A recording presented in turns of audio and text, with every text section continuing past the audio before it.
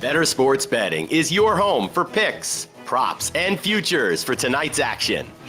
Bettor Sports Betting wants to know what picks you're playing tonight. Tell us in the live chat on YouTube, Twitter, and the Bettor Sports Network app. This is Bettor Sports Betting with Fantasy Alarm's Dan Servodidio. What's going on, everyone? Welcome in here to the Bettor Sports Betting Show on Bettor Sports Network and Fantasy Alarm YouTubes. Thanks for joining us here on a Tuesday afternoon. Appreciate everyone jumping in here. Talk some sports betting. We're covering it all today. We got baseball postseason picks to give out for tonight's NLCS Game 2. We got Heisman Trophy odds to discuss for college football. We got NBA MVP futures and odds to break down with James Grande here. Got an NBA head in here to break that down. And then we'll wrap up with some hockey, some NHL Tuesday game picks from our producer, Adam Bernard. So we're covering it all today. Not NFL, because this is the one day we can kind of take a break from football talk. Even though, James, I just, as soon as we went live here, seeing my Eagles signed Julio Jones. He's back from the dead. Dude, there's been like a bunch of Remember Me signings today. Julio, I just saw the Rams sign Darrell Henderson not too long ago. So there's been a couple interesting signings today. Sorry, James Robinson signed to the Packers as well for another you Remember Me. I know the Giants he has a cup of coffee with Giants earlier this during over the summer, and then they cut ties. So interesting day in sports. Even when football always makes the news, Servo. Like whether or not it's a football day, it always will make the news. On Sunday night's game, the Bills Giants game, your Giants. I didn't even realize Justin Pugh signed off the couch and he's starting on the O-line. Dude, that was the best intro ever. Immediately thrown in the fire, our left tackle goes down, and they're like, "Hey, Justin, can you play straight off the couch? Can you play left tackle now?" He's like, I can't, but I guess I'll give it a go. He was like, I signed on to play guard. I don't know if I can tackle. I know. Yeah. Also, just going to throw it out there, and we don't have to talk about it. It was a PI, but we could just move on. Last play of the game, PI, right? We all know it, right? I mean, clear PI. It was definitely a PI. They just didn't want to call it twice in a row. That was tough, honestly. Tough. I mean, obviously, we shouldn't have been there. First half, blunder at the end of the half. Tyrod checks to the run. Maybe it's a different scenario, but still in a chance to win. Still PI. Should have had another play. We move on. 1-5. Maybe time for. I know Joe Sheen was in attendance at that Notre Dame USC game this weekend. I know Caleb didn't look great though. Well, he didn't, but I don't think there's a scenario where he's not the number one pick. So I feel like he's locked into that. Either way, listen, you got to give the Giants credit for even being that close with Tyrod Taylor at quarterback. So, I think it's more on the Bills for almost losing that game. I mean, that's bad. All right, that's it for the NFL talk for now. Let's start with some baseball because we got NLCS Game 2 tonight, Diamondbacks-Phillies. We got tomorrow is the Astros-Texas Game 3, so we'll break down some picks for that one tomorrow. But for tonight, Diamondbacks-Phillies, let's give out some props. Let's give out some picks for this game. Where are you going with one of yours? Yes, I'm going to start with Arizona Diamondbacks starter Merrill Kelly. I'm going to go with the walks prop here. And I'm going to go over 1.5 walks for Merrill Kelly. And when you look at Merrill Kelly, his body of work, he absolutely had the best year of his career. He's 35 years old. He pitched great all year. 3.1 ERA, 192 strikeouts, 184 innings. But if there was one place that Merrill Kelly struggled, it was the walks. 71 walks in his 184 innings. You look at the latest stretch of games that Merrill Kelly has pitched here, Servo. Dodgers, 2 walks. Houston, 2 walks. Yankees, 2 walks. San Francisco, 3 walks. Mets, 4 walks. Cubs, 5 walks. 6 straight starts over this 1.5 walk marker. You're facing a scorching hot Phillies offense that just has battered pitching throughout this whole postseason. Hit 3 home runs again last night, including Harper, including Schwarber, who has now the most postseason leadoff home runs or home runs for a leadoff hitter in in postseason history. Like, there's not a lot of holes right now in the Phillies lineup. And, for a guy who is pitching around batters, and, it's worked for him because he's been able to get out of a lot of trouble, and he's very good at getting ground ball outs. And that's why he can afford to walk people, because he does induce a lot of grounders. I don't think he's going to be afraid to pitch around Bryce Harper or Kyle Schwarber or Castellanos right now, who's just hitting everything out of the ballpark. So Merrill Kelly over 1.5 walks tonight. He's done it 6 games in a row. -160 over on DK. As surefire as a bet that I'm putting out there tonight. I'm with you. I love that pick too, because you mentioned just his recent game logs. I mean, he's going over this in, what is it, 6 straight starts, he said? I mean, the guy, and I'm with you on this because and I hope one of those walks goes to Bryce Harper. I think it was a show last week, you were with me. I gave out his walks prop and it hit because he's on fire this postseason, and I expected the Braves, after he just hit 2 homers the game before, they were going to look to pitch around him. He drew 2 walks in that game. I think one of them was an intentional walk, and I think a similar thing's happening here. So give me Bryce Harper over a half a walk, plus 100 odds over on BetMGM. I mentioned he's on fire at the plate, homered again last night, as you mentioned.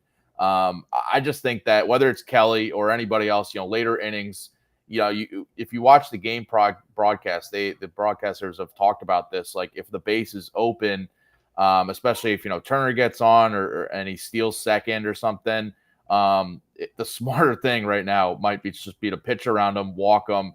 It happened last night. He drew a walk, but there was another at bat even where it looked like, I forget who the pitcher was for the Diamondbacks, but it looked like they were trying to pitch around him. They were throwing him all breaking balls. Harper chased on one, and then all of a sudden it was like, all right, let's try to get him out. And they ended up getting him out. But it was clear like they were just going to throw him breaking balls. So if Harper kind of realizes that and lays off, he's going to draw a walk here, whether it's intentional or not.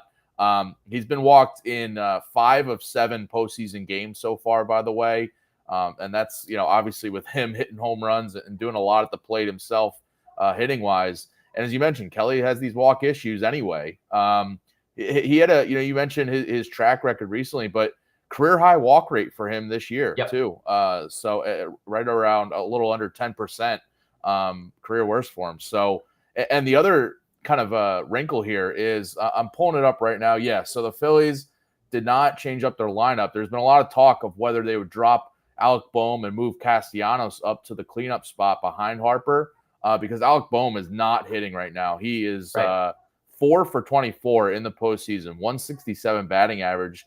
But that plays right back into this Bryce Harper walk prop, because why not just walk him and force Boehm to beat you when he hasn't been hitting? So if Castellanos was moved up to that cleanup spot, which they're not doing, not surprised they're not trying to change up the order now. But the fact that Boehm is hitting cleanup, I think that helps Harper just to be pitched around a little bit more. So, yeah, give me his walks tonight. Yeah, and he's been walked at least once in each of the last 5 games following a home run. So in the 5 games following a home run, he's been walked at least once. So that's a crazy stat. I should have added that one.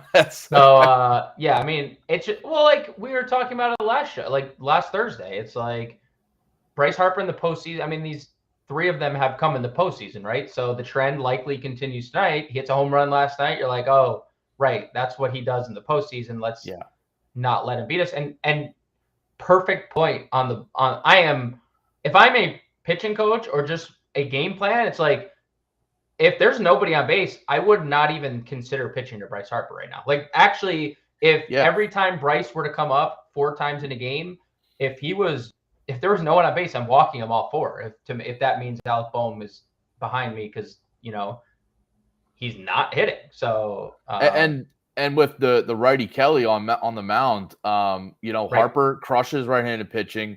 Alec Boehm does not. He hits left-handed pitching really well, but his hit against righties, he is not hitting well, especially just in this postseason. So. Yeah, I think, and that plays right into Kelly's walks. I mean, I think 1 or 2 could come to Bryce Harper alone. So, all right, what else you got riding for this game? I'm going to stick on the pitching side of things. Listen, I was very critical of Aaron Nola this year, and I think the way his season went, it was warranted, but I'm going to go over 15 and a half outs, and he has looked like a complete different pitcher over the last month. And you know what time better than September and October to find your ace-like form. I mean, you look at the last 4 starts for Nola, 2 postseason starts, twice he faced Atlanta over that span, 1 in the regular season, 1 in the postseason. 5 2/3 or more in each start, 2 earned runs or fewer in each start. This has been a guy who's not walking anybody, just 2 walks over that span. He has 8+ strikeouts in 3 of those 4 starts. And for a guy who did allow a lot of power early on, 193 ISO allowed against lefties, absolutely nothing against anybody over the last 30 days, and including left-handed pitching. 087 ISO to lefties, 044 to righties, 200 WOBA allowed to lefties, 254 WOBA allowed to righties. And yeah, Arizona has a fairly decent lineup. I mean, they're not in this game if that lineup isn't as good as it is, right? But if Nola, who has looked good in the first few innings and the first trip around, when you look at his season-long stats, it's been 3rd trips around. I think that we're going to see Aaron Nola pitch into the 6th inning here. We've seen it. And I understand Philly has a very good bullpen, and they're not going to be hesitant to go to it. And outs can be tricky. You kind of alluded to that on our last show, in Strider, because I took the Strider outs, and he finished at 5 2/3, and I needed 1 more out to hit the over.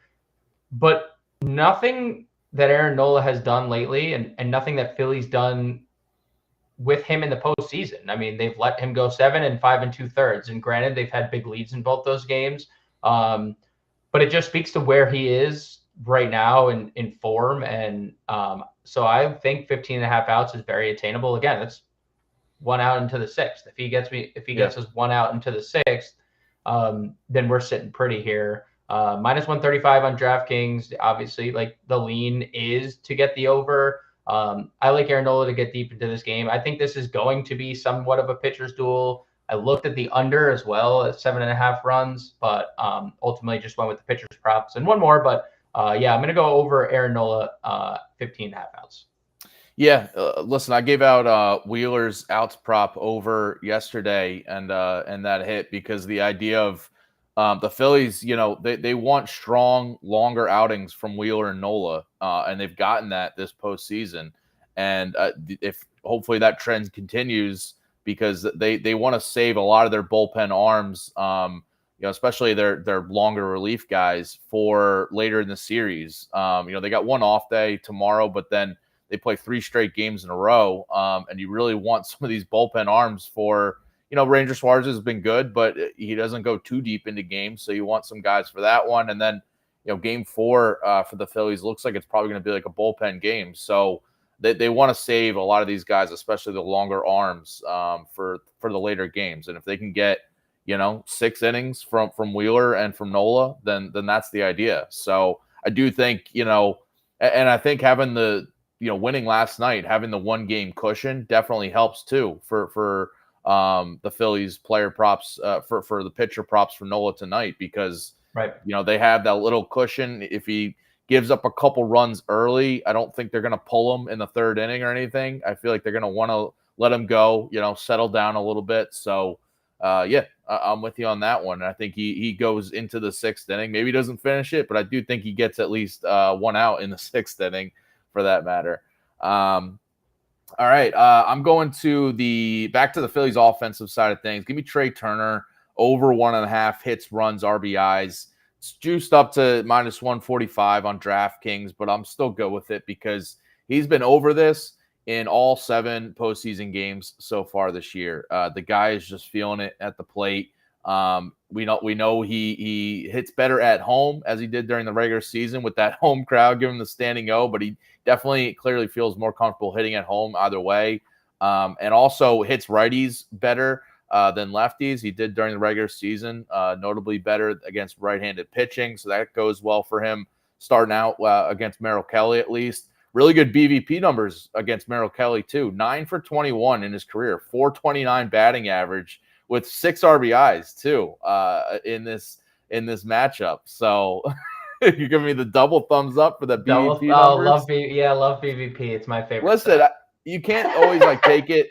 No, I know. I know as gospel. I realize that, but I think in this instance, it says something. He's one of the Phillies hitters that does hit Kelly well. So, I just think that, and him hitting in front of Harper too. I mentioned, Harper, maybe getting pitched around a little more. They're going to go at Turner and try to get him out, so he's not on base when Harper comes up. So, I think that kind of plays. You can get balls in the strike zone to hit, and and if he gets on base and Harper's kind of behind him, I feel pretty good about that. Yeah, pick your poison. The guy who had 34 steals this year, and if he gets on first, can just be on third in no time, or pitch to Bryce Harper, who's just leaving the yard every time he gets a pitch to hit. You could walk both, and then Alec Bohm will hit into a double play. True, that's probably true. Speaking of someone who wouldn't surprise me to see hit into a double play tonight. Oh yeah. It maybe not even make contact is Johan Rojas. And look, this is super juiced. I'm not giving out anything sneaky here. But just the fact that it's on the board just feels like kind of free money, right? If you like money, you like free money, why not bet the under 1.5 hits plus runs RBIs for Johan Rojas right now? Minus 180 on DraftKings. He has 1 hit since the first game of the postseason. It's no secret. He plays a great center field. That's what he is. Philly doesn't necessarily have the best corner outfield. Let's face facts. They don't. They do not have a good defensive outfield. They need Rojas in the game because he is providing a lot of coverage everywhere out there. He had a double yesterday. Games prior, 0 for 4, 0 for 4, 0 for 3, 0 for 4, 0 for 3. I mean, yeah. We're talking about if he gets on, he had 14 steals in the regular season. He's a threat to run. Gabriel Moreno also has a very good arm. He's throwing a lot of runners out. If he's not someone who's going to run into anything, he had just 14 extra base hits. He also didn't hit righties well. 125 ISO, 282 WOBA, both team lows. So, I'm never going to call anything a certain, especially baseball is the wackiest sport of all. As we've seen this postseason, Kevin Garnett told us, Servo, anything is possible, right? He won a championship. He didn't just tell us, he screamed it to us after he won a championship. But Johan Rojas under 1.5 hits, runs, and RBIs has been cash money for all but one game this postseason. And I don't see anything changing with how good Merrill Kelly's pitched, and honestly, how good Arizona's bullpen has pitched for most of this postseason as well. So give me the under 1.5 hits, runs, and RBIs minus 180 over on DraftKings. Yeah, I'm with you. No argument from me because, I fully realize he's in the game for his defense, and they're not going to take him out even against a righty tonight. He's in the lineup because he's in there for his defense, and they don't really care to get, a left-handed bat in there if that means he's out of the game, because you mentioned, they got Castellanos isn't a good defender in right. They have been doing Brandon Marsh in left, but I don't know. He's a better, I think, center fielder than left fielder. So but Rojas is out there for his defense for sure. And they've been, if someone gets on ahead of him, there's been times where they look to sack bunt Rojas too. So that's just kind of plays right into. He's not going to get hit off that. So because he's either striking out or grounding out usually. So why not just try to sack bunt him? I even though it's juiced, whatever. If it's going to cash, then it's a good pick. Right.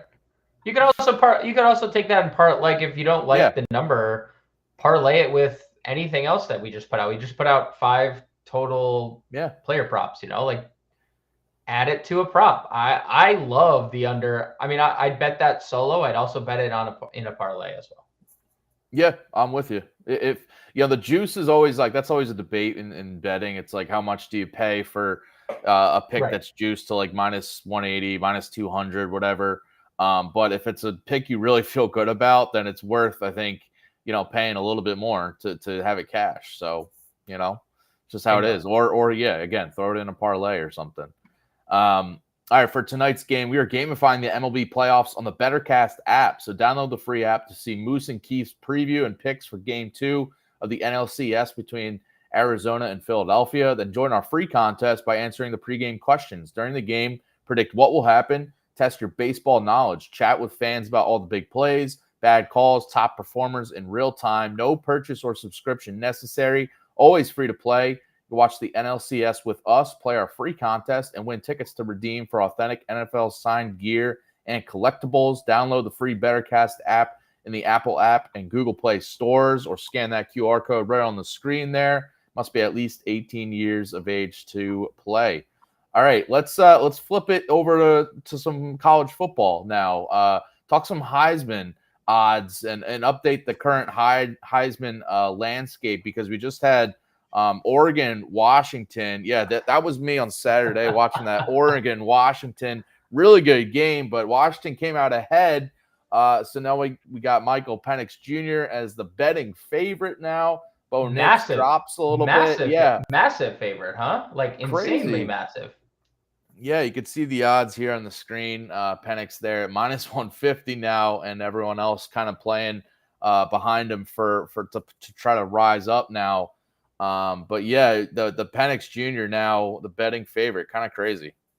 Is this his award to lose, Servo, or at this point in time? So I'm not surprised that he vaults up after this win, because Sure. A couple of weeks ago we broke down some of these odds, and I told you, these are the guys that could rise up if they get a big win here or there. And I threw out Penix Jr. and Bo Nix as both, they're going to play in a few weeks here. The winner of that game is really going to jump up, and the loser falls down a bit. So I'm not surprised at that. I would not bet on Penix Jr. right now at minus 150. I think your chance at getting him as like a value, a big plus odds is kind of past now. I would not bet on him now, because, we're going to have, in the next few weeks later in the season, we're going to have other results, other big games involving other teams that are going to have, their top contender now rise up, and Penix Jr. might fall down a little bit. So I think you're going to get better odds on him later in the year. Even though he is the rightful favorite, he's putting up crazy numbers. The Washington offense is legit, one of the best in the country, if not the best. And he's going to be, keep putting up these numbers every week. So if you think it's his to lose, you can bet it. I would not. I just think there's other value you can jump on, because there's going to be more risers coming up. And, the hype right now, the love around Penix Jr. is there for right now, of course, right after this win. But I think in a couple of weeks, we could see him slip down just a little bit when he's playing some easier games, other guys moving up. So, that's kind of my view on Penix Jr. right now. So if you talked about the value, who are your value picks, and why is it the Iowa punter? Yeah, listen, there's a chance. So, Iowa beats Wisconsin, and there's a chance Iowa finishes, like 12-1 this year, 11-1 going to the Big Ten championship, and who knows? So maybe someone from that team has to win it. But that's the punter, right? I mean, I saw they tweeted out how good their punter is good. Yes, he's like pinning everybody within the 10-yard line, right? I mean, so what Iowa does is just, this is a quick tangent, but what Iowa does is play really good defense. Their offense is terrible. I saw dead last in college football. Like is dead last, 133 of 133. Yeah, they're the worst offense in the country. But yeah, they play really good defense, and they use their punter. They use special teams to their advantage to pin guys deep. And that's why their games are like 10-7 final scores, and hell yeah, they just play the possession game because they know their offense stinks and they need to use their punter. They feel like they're recruiting punters more than receivers these days. Punters and tight ends, right? That's the factory out there in Iowa. Punters and tight ends. Yeah. So other than the Iowa punter, who's your value targets here for the Heisman Trophy? All right, so I'm first looking at this weekend. We got Penn State against Ohio State. You got Iowa in my mind, man. Penn State versus Ohio State this weekend. Almost did it again. I almost did it again. The winner of that game, we're going to see one of these guys rise up. So if it's Penn State, it's their quarterback, Drew Aller, plus 6,000 on those odds. If they pull off the upset on the road at Ohio State, it's going to be Aller, having to be good against a really good Ohio State defense. So his odds will definitely shorten. So if you want to jump on that, this might be the shortest you get it. If they lose, he's kind of out of the race anyway. But I think at plus 6,000, it's worth a look because there's a chance, Penn State has this game against Ohio State. Then they play Michigan in a little bit. If Penn State does win both of those, then Drew Aller is going to be a real contender to win. But I don't personally think they win both, but still, there's the value on that. With Ohio State, Kyle McCord, their quarterback, plus 3,500. He's the guy that will move up a little bit because, again, against a good Penn State defense, he'll probably be a reason why they win. The other guy, though, for Ohio State, if you want to look at Marvin Harrison Jr., the stud wideout, going to be, the top receiver taken in the draft this year, plus 6,000 odds for him. We could see an instance if Ohio State, goes undefeated, makes the college football playoff. He might be one of the main reasons they do that. And it could be a situation we saw with Devontae Smith winning the Heisman for Alabama a few years ago. It's not out of the question. It doesn't happen often, barely happens at all for a receiver to win the Heisman, but Marvin Harrison Jr. is like an otherworldly talent at the college level, and he will be in the NFL. So I think there's value on that. He's been starting to put together some big games. Ohio State also has a bunch of banged up players on the offensive side, like their running back room. Emeka Egbuka, their other really good receiver, is out right now. So it might need to be another huge Marvin Harrison game this week and, coming down the stretch. So the value on both these Ohio State guys is there if they get past Penn State. And then later in the year when they play Michigan, if they get past them, we could see one of these guys being a finalist. So I think there's value in both those guys. I've mentioned it, I think, every time we've talked Heisman, but Jordan Travis, the quarterback for Florida State, is still a value, in my opinion. Plus 1,200 on the Heisman odds right now. Florida State has a top 25 matchup against Duke this week. They're favoring in that. They should win it. But that's a really good, resume booster for Travis. And then they get past this one, which, again, they should. They have a really strong chance at finishing the regular season undefeated, going into the ACC title game. Should win that, too, and go into the college football playoff. And Travis is going to be a huge reason why. Their defense is good. They got a lot of talent at the skill positions, but Jordan Travis is going to be the headliner for this, possibly undefeated Florida State team.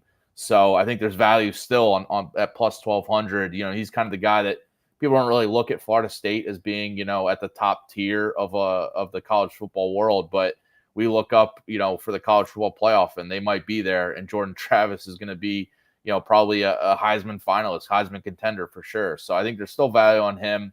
The last guy I'll throw out, Carson Beck, the quarterback for Georgia, plus 3,000 odds. I think he's another guy that could start to rise up because, Georgia, number one team in the country. But Carson Beck is starting to get more involved, in the passing game. The running game is not that strong for Georgia. I feel like they're going to start to lean more on Beck to win some of their tougher games coming up. And the big thing here is their best player on offense, Brock Bowers, the tight end. He's out right now. He just got hurt this past week with an ankle injury. He's getting surgery. He's going to be out for 4 to 6 weeks, might return for the college football playoff or the SEC championship. We'll see. But in this stretch, this is a chance for Carson Beck to kind of really step up, get other guys involved, because before it was like, all right, Brock Bowers is the best guy in this offense. Without him, what do we get? But I think there's a chance for Carson Beck to really rise up. So I think there's value on him at plus 3,000. We're going to probably get an undefeated Georgia team in the playoffs. So why not take a chance on him as their quarterback? I gotta ask, because throughout all that, there was a clear omission, I think, for people that obviously are watching college football. No, it is not Deion Sanders. He's not eligible to win the Heisman this year. But one Caleb Williams, who, his team suffered a pretty tough loss against Notre Dame this past weekend with a lot of scouts in attendance. What's your thoughts on Caleb Williams? I mean, whether or not he wins the Heisman, honestly, he's not going to hurt his trajectory in the NFL. But like, from a betting standpoint here, Servo, like, would you take the now plus 3,500 according to our graphic here? I see on DraftKings updated plus 2,000, like anywhere from plus 2,000 to 3,500. Is there any love for Caleb Williams at that number? I'm not going there. I'm staying away. Listen, when we talked about the Heisman odds, in past shows, if you probably remember me saying, I would not bet on Caleb Williams to repeat as the Heisman, because it hasn't happened since Ohio State's running back in the 70s. It's just not a thing that happens. These voters want to vote for someone new. And I think the fact that Caleb Williams, they just lost their first game against Notre Dame here, their first real tough matchup. And I think USC is going to lose, possibly 2 or 3 more games this year. Their defense is terrible. Like, it's not on Caleb Williams. I know he didn't play his best against Notre Dame, but their defense is going to cost them a few more wins this year. So I just think that USC, they dropped to 18th in the rankings too, which I think is telling that these AP voters and like the national media, national kind of view USC as really a tier down, even just suffering 1 loss on the year. And I think they're going to lose a couple more games. Williams might, he's going to put up his stats. I do worry, though, if they do start losing a couple more games against some of their tougher opponents coming up. If he kind of shuts it down, which you can't blame him for. So I think that also plays into it. You got to have that in the back of your mind for just betting on him. But yeah, I would not. I know that the odds are looking juicy now that it's that low, because he was, before this game, he was like the betting favorite. It was basically him and Michael Penix. But yeah, I wouldn't go back to there. Okay. So, I mean, the other guys, just kind of keep an eye on. You obviously can't rule out like J.J. McCarthy, the quarterback from Michigan, because Michigan's another team, like Ohio State, could just roll through the regular season and go into that matchup undefeated. Jaden Daniels for LSU is another guy to keep an eye on. LSU's, now suffered a couple losses, but Daniels is putting up big stats every single week. So I think he's kind of a dark horse in this situation. But, I think those other guys I mentioned, like the Ohio State, Penn State matchup is going to really determine, some big risers and fallers this weekend. And then, I think Jordan Travis is still kind of my pick. I just think, I don't think Michael Penix is the rightful favorite right now, but I think people are kind of forgetting about Jordan Travis, because Florida State hasn't really played a lot of marquee matchups, and they won't the rest of the season, unfortunately, because the ACC is terrible. But I think like they're going to roll through everyone, and I think Travis is going to be putting up numbers every single game. So he's kind of another buy low that I broke down earlier. All right, so let's talk some NBA. And by the way, tonight we got college football Tuesday night games tonight. I got a college football DFS playbook out. That if you want to check that out, build some DFS lineup. You can get that with the All Pro subscription. Fantasy Alarm All Pro subscription. You can unlock all of our content for every sport. We got NBA season coming up, so we're going to have some NBA, DFS, but we got the draft guide articles that I know James is diving into. He's got a couple live right now for NBA season, so you get that with the All Pro subscription, one-on-one access, expert access in the Discord, the League Sync, the lineup generator for fantasy football. Tonight's waiver wire in fantasy football. So you want to get those top plays and everything and guys to grab up. So go to fantasyalarm.com/win. Use the promo code LOCK. Scan the QR code right there to jump on it as well. Get it on the Fantasy Alarm All Pro subscription. All right, let's look at NBA, some futures in the NBA, because what season starting next week, right? Next Tuesday. We're 1 week away. Officially 1 week away. Yep. 1 week away. So let's look at MVP odds, because we touched on some of these when we had, like a big trade with Damian Lillard and different, off-season news and, the Thunder adding blanket on his name, Bradley Beal. The Suns, not the Thunder. The Suns, yeah. Sorry, I was looking at the Thunder there. But yeah, so we talked about some of these, but I want to ask you some specifics here. So first, we got to start with Nikola Jokic, right? Won it 2 years ago. Could have beaten Joel Embiid last year for it. Is the favorite, betting favorite now, plus 430. You see there over on FanDuel odds. Is it basically his award to lose? Make the case for and against him before we talk about anybody else that could beat him for it. So you were talking about it in terms with Caleb Williams, how voters want fresh blood, right? And Jokic not only won it 2 years ago, he won it 3 years ago. So he was the back-to-back MVP, and we actually had back-to-back MVPs, because Giannis had won 2 years in a row. Then Jokic won 2 years in a row.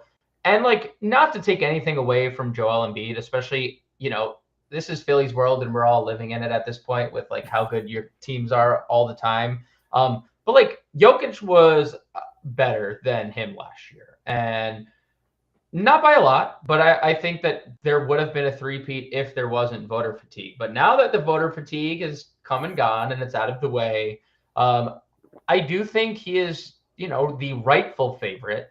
I think there's a lot to be said about the new rules this year. And, you have to play 65 games. That's something that Jokic has done every year of his career. He has never been someone that has missed a lot of time. Last year, I think, was probably the most he's ever missed, especially, they were the clear-cut best in the West. They were number one from pillar to post, and they could afford to give him some time off, where in years past, they weren't that good, and they weren't they were playoff teams, but they needed him to be competitive in a very competitive Western Conference. This year, they come in, he's healthy entering the year. He took the time away where he didn't play the FIBA, and he has fresh legs coming to the year. And I know, obviously coming into the season, they played the longest, right? So they might be the most tired of all the teams because they play deep into June.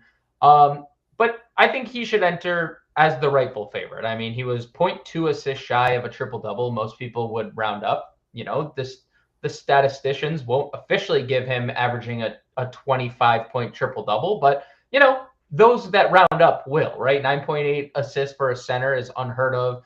I mean, this is just a player that is breaking all types of barriers when it comes to just playing the game of basketball. So is he the rightful favorite? Yes. Is it his award to lose? I'm not so sure. I think that there's going to be a lot of competition this year, given the way the NBA is now structuring the format for the award system. So I think it's where Joel Embiid probably doesn't win it last year. I don't have the exact amount of games, and I can look it up, the exact amount of games that he played last year.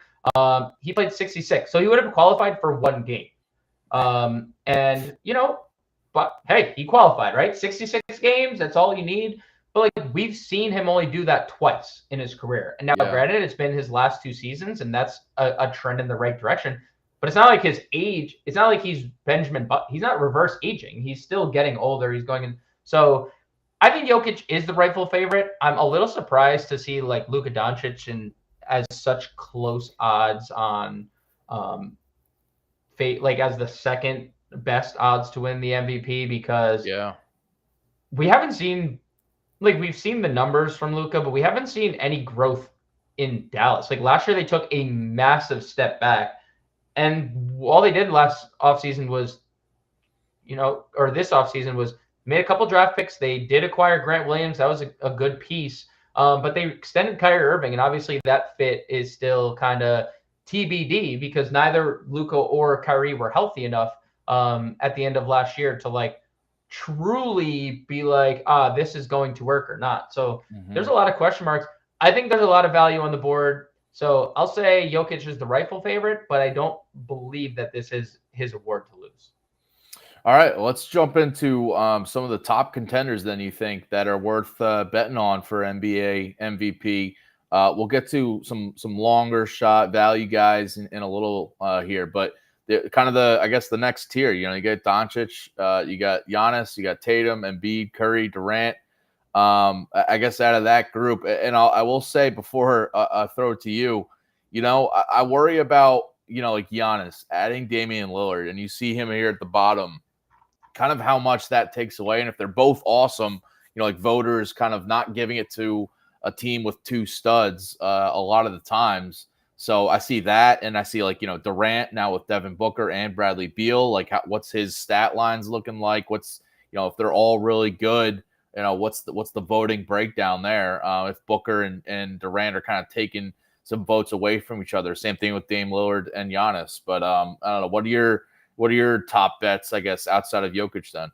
So I don't disagree with that. Especially the point where if two players on the same team are playing at such a high level, they could obviously take votes away from each other. But if you listen to even Dame Lillard talk, and I do like Giannis quite a bit here, and I do like Jason Tatum. Those would probably be the next two guys that I would bet on of that next tier to kind of dethrone Jokic. Obviously I'm not going to just ignore Joel Embiid. He's obviously great, but I don't think with the James Harden situation kind of in flux, I don't think Philly's a better team than they were last year. And also the East just got so much better.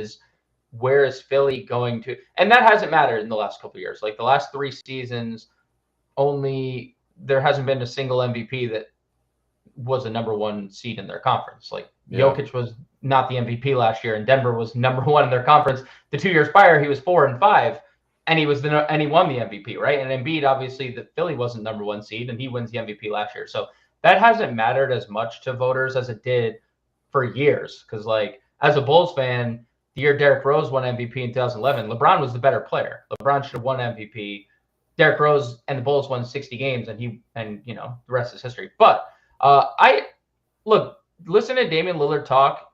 He knows that he's going to beat a lot of teams, but because people are doubling Giannis. But he called Giannis the best player in the world. He went out and said, I now get to play with the best basketball player in the world. So I think even Damian Lillard understands when Giannis is healthy, it's still Giannis's team. I don't necessarily see that big of a drop-off coming from Giannis, even with Lillard. 31, 12, and 6 last year.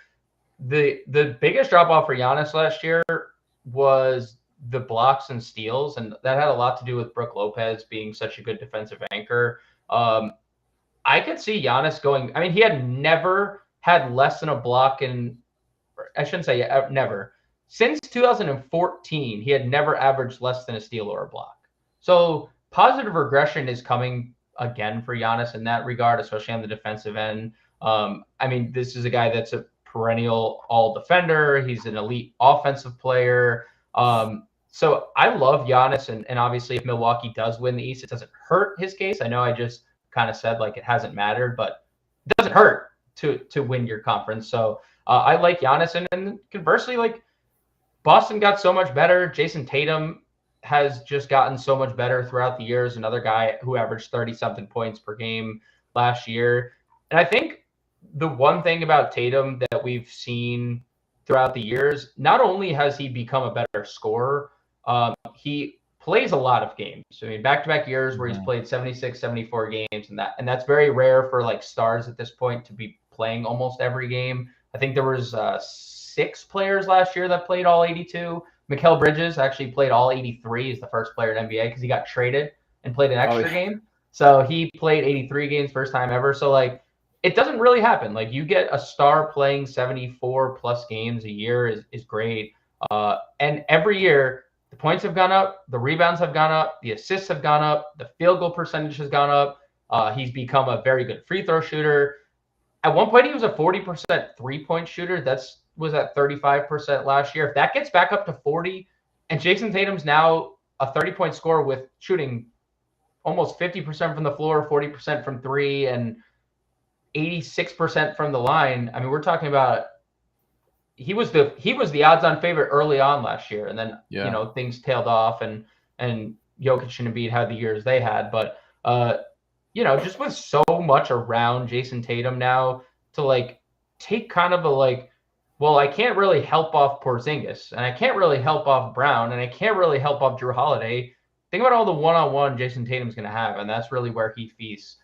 So I would say in the next tier, it's Giannis and Tatum for me. The only thing, the elephant in the room for Giannis is the games played, but he has played 60-plus games in each of the last 4 games, but only in 2 of those he's played, or only once of those he's played 65. So he's obviously going to have to get over the 65-game marker, but he has played 60 in 4 straight. All right. How about lower down in these odds, or even guys lower down that we can't even see on this top list here that are kind of long shot value guys that you would consider taking a chance on? So number one, it's not too far down, but SGA. I have been very bullish on every show that we've done about the Oklahoma City Thunder, and I think I have no reason not to be. They're obviously they improved, like vastly improved year over year. I mean, they were a team that people thought were tanking, and then were cusp playoff team. And if they didn't rest some guys late in that year, they make the playoffs, and they would have been in the play-in game. And you don't know what could have happened then. But you have Chet Holmgren coming into the mix, who's a defensive force. He's going to be, a great offensive player in pick and roll, in pick and pop with SGA. But this is a guy in SGA who's coming off, he was 4th in the league in scoring. He averaged 5 rebounds, 5.5 assists, and he's a guard, mind you, 1.6 steals per game, 1 block per game. And there was only like 3 guards in the NBA that averaged a block per game last year. And SGA was one of them. Look, Vegas has their win total at 44.5. That's what Vegas has set. If they went over that, which I'm betting over, that last year is 5th in the Western Conference. And I just said it like with the lead in to the award the last 3 years. The award has not gone to best player on best team, which it has traditionally gone to. Like, it's just gone to the player that the league has voted the most valuable. And that's obviously, I think last year, hotly contested because, what Jokic did and his body of work, and obviously took that to the postseason and they won the championship. But it's a regular season award. And if Oklahoma City is going to win 45 games and is going to be that competitive in the Western Conference, where they're in the top half of that conference or close to the top half of the conference, and SGA does things that he did last year, there is a real possibility that we're talking about not only like the leap from where he took, like he was 2nd team NBA last year. We're talking about 1st team All NBA and a chance at winning an MVP. So he would be my, I guess, dark horse, even though he's like the 8th best. He has the 8th best odds. Like, if the only other name that I'd even consider really, but it's like almost laughable because he has to play 65 games, would be Anthony Davis. But again, it's kind of laughable because Anthony Davis playing 65 games seems like such a long shot. But 3,500, if he's going to shoot as many threes as Darvin Ham wants him to, like that could unleash a lot of his game because he's really good off the dribble too. So if he has to make defenders guard him out there, he's going to blow by people, and so we'll see. But SGA is my real strong conviction on guys like outside that top half of the MVP voting that I would bet on.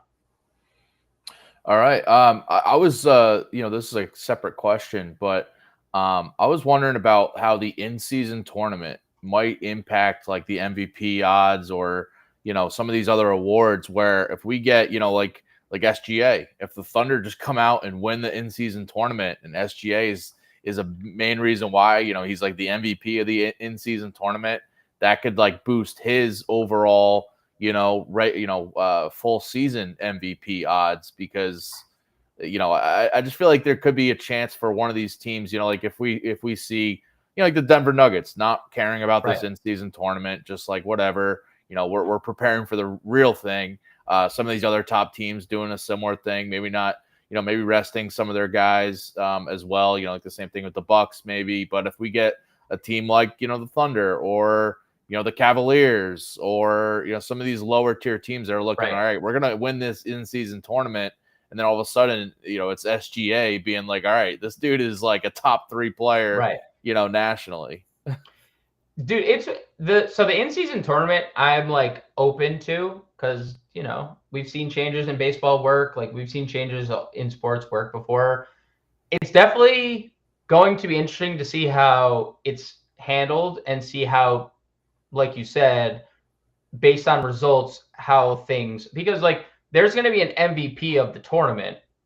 Yeah. Like they're going to award teams money. They're going to be an MVP of the tournament.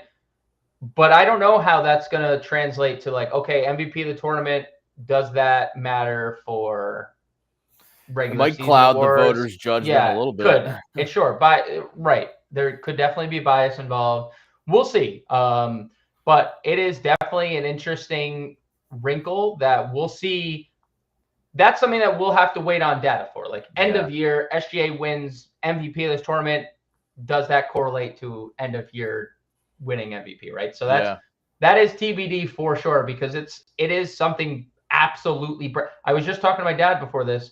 He had no idea there was even an in-season tournament, and he watches the NBA frequently. So he had no idea. A lot of people won't even realize until it comes up. Yeah, it's look. I'm not against it, right? I'm not against it. I just who knows knows what's going to happen with this thing.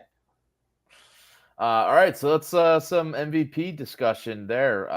Next week we got real games starting up. I know we'll be giving out some picks here with James. We'll try to bring some other guys on to give out some NBA picks for you guys, because it'll be fun to get some real games. And now we get the NHL and NBA seasons both starting up. Let's finish out here with some NHL. Got to bring our producer Adam Bernard on. He's our hockey guy on this show. He's glued in to everything going on in the NHL. Adam's got, by the way, on Bettor Hockey Now, that show is up. You guys are talking about some futures odds, the Vegas Golden Knights hot start. So definitely go check that out too. That went live over on YouTube for Fantasy Alarm and Bettor Sports Network. But tonight, Adam, we got some hockey tonight. So give us a couple picks for the people tonight. So we got a 9-game slate tonight. I got 2 picks for you. First, we're going to start on the West Coast. The Carolina Hurricanes are on a 6-game road trip. Tonight, they head into San Jose. Win their first 2 games of the season. They lose a bad game against Anaheim on Sunday, but it was Anaheim's season opener. And look at these jerseys they wore for their 30th anniversary. Now, they came out fired up. Like they could have beaten the 85 Edmonton Oilers the way they played in those jerseys. So they got to wear those every game. What the heck? So Carolina was unfortunately on the losing end of having to play those sweet jerseys, and they lose 6-3. Now, so they're looking to bounce back. They're one of the top teams in the league. Now they get one of the worst teams in the league, who may have played their best game of the season already and still lost 2-1 after Mackenzie Blackwood made 51 saves. So when these two situations tend to meet, the market tends to correct itself. I think Carolina can easily win by 2, and you'll at least have a shot with an empty net goal if San Jose does. The first 2 games of the season, they played Vegas pretty tight. It was a 4-1 final, but they played closer than the score. And then obviously Colorado the other night. So 2 of the top teams in the West they hung with, but I think Carolina gets it done by 2 tonight. All right. Wow. Yeah, Adam came prepared with the jerseys there. All right. What else you got tonight? By the way, that's Carolina on the minus puck and a half, minus 122 on FanDuel. The other pick I'm looking at tonight, Marc-Andre Fleury making his 2023-24 season debut for the Minnesota Wild in his native Quebec tonight. This is probably going to be his last start in Montreal, place that's special to him.